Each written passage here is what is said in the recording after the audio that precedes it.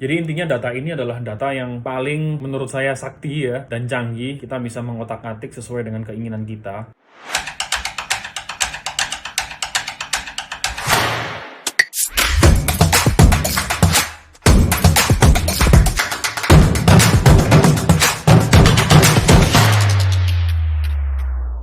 Hai, jumpa lagi dengan saya Sofyan Finansial. Kali ini kita akan bahas cara stock picking yang sering saya lakukan. Dan ini juga saya gunakan untuk memberikan rekomendasi juga buat kepada klien-klien. Dan juga data-data yang ada di samping layar saya ini merupakan data mentah, data penting atau raw data ya yang bisa kita olah. Dan ini sangat menarik ya teman-teman. Jadi ini adalah semua emiten yang ada di Indonesia, mulai dari A sampai Z ya. Ini saya bisa scroll sampai ke bawah sampai Z, dan semua emiten yang ada di Indonesia ada semua di sini. Ini adalah yang saya ambil data dari 6 Oktober 2023 atau 3 hari yang lalu. Nah, kalau kita melihat sampai ke kanan ini merupakan keterangan-keterangan yang bisa kita pakai nantinya atau metrik-metrik yang bisa kita gunakan gitu ya. Nah, mungkin ini saya akan bahas secara cepat. Ini loncat-loncat untuk mempersingkat video kali ini juga. Ini merupakan data yang saya ambil dari Bloomberg, teman-teman ya. Jadi mungkin teman-teman yang tanya, "Pak, ini datanya dari mana?" Saya jawab, ini data dari Bloomberg. Dan ini data Excel. Ini bisa kita cek aja mulai dari last price-nya, ada konsensus target price. Ya, ini target price ini yang diulas oleh beberapa analis. Lalu juga ada market cap, year to date change, persentase atau kenaikan atau penurunan saham selama ini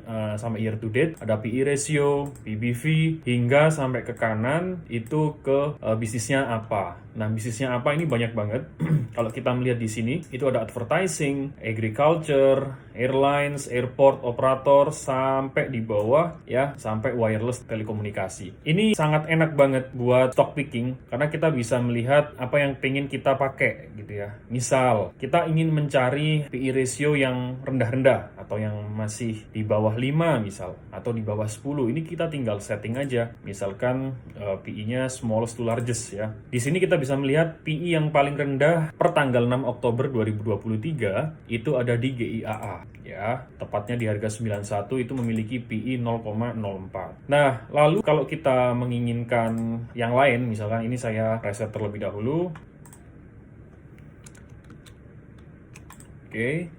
Atau kita juga bisa melihat dari PBV yang rendah gitu ya. Kita setting aja smallest PBV. Nah, ini ada PBRX, GWSA, LPPS, ITMA sampai ke bawah ya. Ini sampai ke bawah banget. Itu kita bisa pilih-pilih ya. Nah, mungkin ada pertanyaan, Mas Sofyan, kalau misalkan di sini ada tulisan NA ini ya, ini saya bull, NA. Nah, ini artinya itu datanya memang belum ada. Bisa macam-macam, ada yang belum update, ada perusahaan itu memang tidak masuk dalam data-data Bloomberg lebih detail, dan sebagainya. Intinya NA ini memang masih belum terupdate gitulah intinya. Nah, kita juga sama. Ini kalau yang saya biru-birukan ini teman-teman, itu adalah data-data yang sering biasanya saya pakai ya. Misal di sini saya menggunakan konsensus target price ya. Misalkan ini saya set, ini target price-nya, kita bisa setting smallest to largest. Ini juga PE, PBV, price to sales, price to cash flow, dividend yield, sampai EV to EBITDA. Nah, kita coba aja sekarang praktek secara singkat. Misalnya pada tahun politik atau tahun akhir tahun ini, kuartal ke-4 2023, kita pengen melakukan stock picking apa aja ya buat bahan untuk akhir tahun ini sampai kuartal 1 2023. Kita tahu bahwa sekarang ini sudah musim pemilu ya. Pemilu ini biasanya relatif sektor apa aja yang sering diuntungkan atau sentimen-sentimen yang mengarahnya ke arah sektor itu gitu ya. Nah, kita bisa cek aja di bisnis. Ini saya birukan terlebih dahulu. Bisnis ini kita bisa checklist, kita select all dulu. Tadi saya bilang pemilu. Oke, pemilu biasanya sektor apa aja atau bisnis apa aja. Pertama, kita bisa checklist advertising. Lalu biasanya agriculture, saya rasa enggak. Airlines ya. Airlines ini terkait logistik dan transportation. Kita checklist. Airport operators, apparel and textile. Oke, kita lanjut ke bawah. Banks ya, mungkin termasuk. Banks, ingat, ini adalah brainstorming aja. Teman-teman nanti bisa cek atau bisa gunakan ini langsung sesuai dengan keinginan. Kita masuk ke broadcasting, lalu kita ke bawah lagi. Kita lanjut lagi, consumer ya, consumer distributor, consumer financing saya rasa enggak. Nah ini detail banget teman-teman bisnisnya dan segmennya. Dairy product ya, susu dan lain-lain mungkin bisa. Lalu kita coba drug retail, obat, oke. Kita food and retail, poultry ya mungkin ya, ayam-ayaman. Home furnish, ini hotel. Ini biasanya hotel pasti dipakai buat kampanye-kampanye. Telekomunikasi, sampai logistik and delivery. Farmasi, personal care product ya, paper mungkin. Restoran, soft drink, minuman. Supermarket, tobacco ya, rokok. Ini biasanya pas kampanye-kampanye. Telekomunikasi. Nah, kalau kita sudah klik ini semua, sudah terscreening, kita klik OK. Nah, kita muncul saham-saham yang masuk dalam list yang sudah kita pilih. Nah, setelah kita milih segmen-segmen tersebut, nah sekarang kita mulai coba untuk screening yang kedua. Mungkin pertama kita pakai EV to EBITDA dulu ya. Ini salah satu metrik yang sering juga paling penting bagi saya ketika melakukan stock picking. Saya cari EV to EBITDA yang masih rendah. Ya, kita set aja, kita number filter, kita pakai misalkan between ya. Misalkan EV to EBITDA-nya dari 0 sampai katakanlah 7 kali. EV to EBITDA ini sebenarnya mirip PER sih sebenarnya.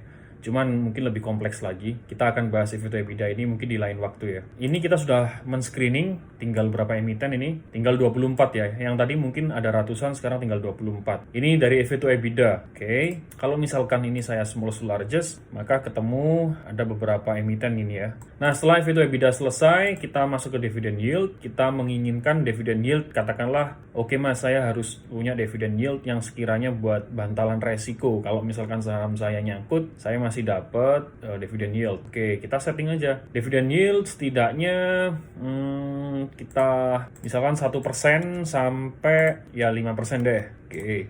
Nah, kita sudah masuk beberapa emiten ini ya. Ada 10 nih sekarang. Nah, dari 10 ini mungkin teman-teman sudah bisa mulai pilih sih. Ya, mungkin kalau yang menarik di sini ada XL ya. Ini saya bold hijau. Excel, ada Telkom ya, Telkom. Nah ini menarik sih, Telkom dan Excel ini salah satu emiten yang juga masuk dalam kategori telekomunikasi ya, yang terdampak nanti pada pemilu ini ya. Lalu juga ada ISAT. Nah, wah ini berarti 3 telekomunikasi sudah masuk dalam watchlist kita. Nah, kita kalau sudah dapat hijau-hijau seperti ini mungkin bisa teman-teman tulis sendiri nih di samping misalkan Telkom, XL, ISAT. Nah, ini adalah salah satu stock picking utama. Lalu selanjutnya teman-teman bisa pilih rokok ya. WIM ini juga menarik karena labanya cukup lumayan growth-nya. Cuman dengan harga yang sekarang ini sudah mengalami kenaikan ini 34%, mungkin ini harus di notes ya. Mungkin kalau saya sudah naik seperti ini, saya sih no ya. Saya mungkin mencoret WIM. Jadi mungkin tinggal UCIT, HAIS, TSPC, TEMAS, PZZA, dan Merck. Mungkin yang paling menarik bagi saya untuk saat ini kalau kita lihat dengan ini ya, TSPC ya, TSPC. Kenapa? Dengan PI 6 kali, BBV 0,8, price to sales 0,5, sampai EV to EBITDA 4,7% dividend yield. Ini juga cukup lumayan. Sekarang kalau kita meng-cross-check ulang, TSPC dengan EV to EBITDA 4,7 sesama consumer sektor ya, kita bisa cross-check atau komparasi ke emiten-emiten yang lain. TSPC ini kan biasanya kompetitornya apa aja? Ada Sido, misal, KLBF, lalu ada ICBP mungkin, dan sebagainya ya, Mayora, dan ini bisa teman-teman tulis. Nah, kita coba cross check aja ya dari sini. Kita select all terlebih dahulu, TSPC. Nah, kita sudah mengetahui komparasi dari TSPC dibandingkan dengan emiten yang lain. Kalau kita melihat ya, dari sini metrik EV to EBITDA aja sudah kelihatan bahwa ini TSPC memiliki yang paling rendah ya, 4,7, yang lainnya 17 kali, 18 kali, 14 kali. Dan juga dividend yield-nya juga nggak kalah menarik dengan emiten-emiten yang gede ya, KLB dan Mayora. Dan PE juga termasuk relatif lebih murah 6 kali dibandingkan dengan rekan-rekannya, peers. Ini 22 sampai 29 kali ya. Jadi intinya ini saya reset terlebih dahulu. Jadi intinya data ini adalah data yang paling menurut saya sakti ya dan canggih. Kita bisa mengotak-atik sesuai dengan keinginan kita. Dan yang terakhir, terus terang ketika saya membuat sebuah stock picking atau rekomendasi kepada satu klien saya, itu saya jarang sekali menggunakan technical. Technical bukan berarti berarti itu tidak penting, tapi bagi saya itu nomor kedua atau nomor sekian. Karena yang paling penting kita cari terlebih dahulu data-data pentingnya seperti ini. Setelah itu sektor-sektor apa aja yang bisa kita pakai. Baru ketika kita sudah menemukan semua emiten-emiten yang masuk dalam watchlist yang itu sudah kita tulis tadi ya, yang kayak ini Telkom, Excel, dan ISAT, baru kita melakukan penentuan technical analisa. Jadi entry pointnya di level berapa, lalu resistennya dan sebagainya. Jadi teman-teman, dengan data ini kita bisa punya gambaran secara luas dan kita bisa lebih nyaman ketika kita pegang satu saham tertentu. Jadi nggak ngasal teman-teman, nggak ngasal langsung stock picking pakai technical, kita FOMO ya, kita mengikuti arus. Bagi saya itu kurang tepat. Pastinya teman-teman lebih banyak lagi menggali data-data seperti ini itu untuk bermanfaat buat portofolio kalian pribadi gitu ya. Mungkin itu aja dari saya. Semoga kali ini bermanfaat. Jangan lupa teman-teman subscribe, like, and share. Dan juga saya mengadakan kelas gratis buat one-on-one konsultasi untuk portofolio teman-teman. Bagi yang pengen kita bisa discuss secara private. Linknya ada di bawah, silakan mendaftar setiap hari Selasa sampai Jumat pukul 4 sore.